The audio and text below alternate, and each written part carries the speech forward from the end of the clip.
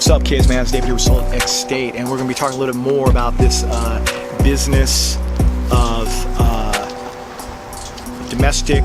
soft domestic terrorism. What happened over the weekend with the gentleman who went up to an ICE facility with incendiaries and a shotgun, caught a car on fire, was trying to represent some cause of his. No doubt the cause that suggests that these detention facilities are in some way akin to concentration camps of World War II, because that is often the claim that is made.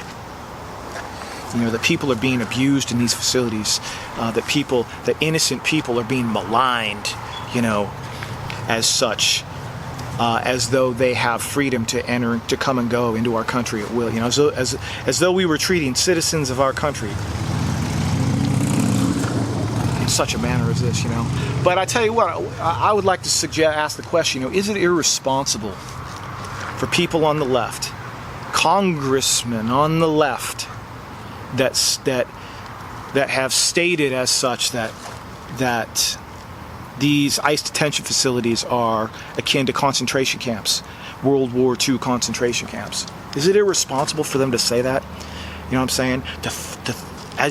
If you will, throw fuel on the fire, to stir up the resentments in our culture, to inflame the discontent and the anger and the bitterness, man, that is brewing, just beneath the surface.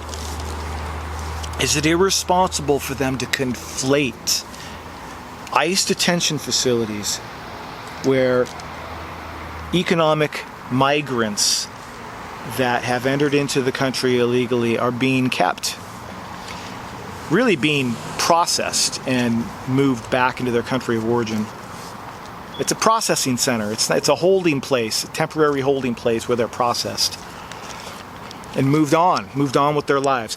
So in World War II, concentration camps were places that ultimately amounted to crimes against humanity.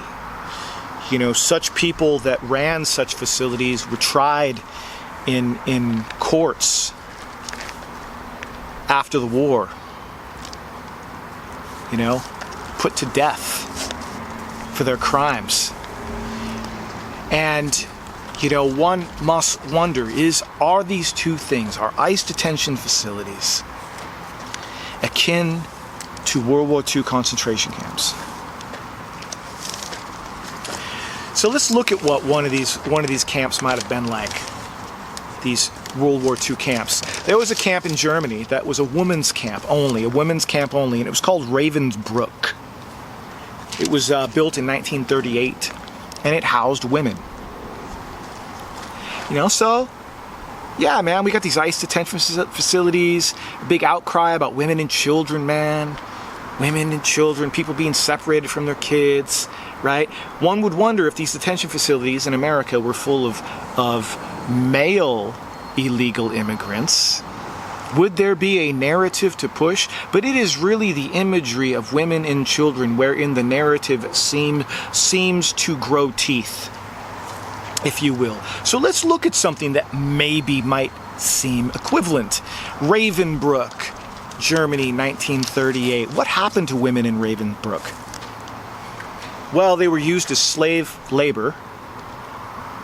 They were they would build ammunition facilities adjacent to such camps, and then use the people being held in these camps, as for slave labor. So they would work these people to death. They would ration them watery soup and bread, and they would work them to death. They would experiment on them, medical experiments. They would abuse them. They ultimately murdered many hundreds of thousands of these women. At this particular camp, there were some 1,000 pregnancies that occurred No doubt the guards must have been abusing the women. How else would you account for these pregnancies? And so what did the Nazis, when they were running this camp, what did they do with these pregnant women? Oftentimes they forced them to have abortions. But apparently like 800 some of these pregnancies culminated in a birth. Well, then what did they do with did they separate the child from its mother? Actually, what they did is they killed the baby in front of the mother. Not only did they separate the baby from the mother, but they killed the baby in front of the mother. That's what went on at Ravenbrook. It's a place where genocide took place. Genocide. It's not just a holding facility. It's not a processing facility. It's not where people hung out for a few weeks and then moved on back to their nation of origin. It's where people were abused, raped, tortured, and killed, and used for slave labor. You know, so there again, let's get back to the original question, man. Is it irresponsible for the left to use such language, to stir up such resentment in our culture, to fan, if you will, the flames of factions and divisions and spite, to pour, if you will, gas on the fire? I think, though, that the left understands that the two are not equivalent. I think that the left clearly understands that the two are not equivalent. And yet, why then, you would ask, why would they be making such outlandish, in-your-face statements that no doubt,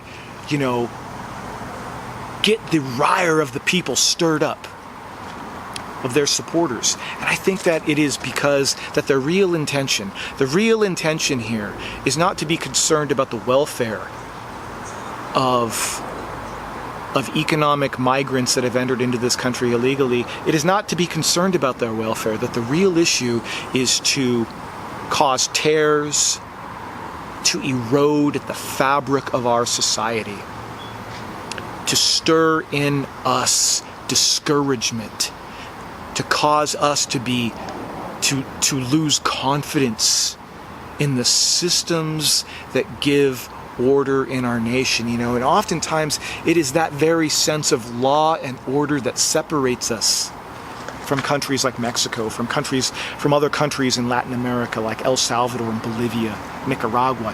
What makes these places such a dive? Because there's no rule of law, or the rule of law that is there is not honored. So what is it that the left hopes to achieve? Man, is it not to erode at the fabric of our society? Why would they do that? Maybe there's some long game mentality that they hold, and where they seek to bring us 10 years down the road, to divide us, to discourage us, and to, through the crises that they invent, to enter in to the halls of power and seek that supremacy of liberal ideology that they hope to achieve. And in other places where they already govern, we see the effect when the left is predominant. They take over. God bless, man. See you guys next time.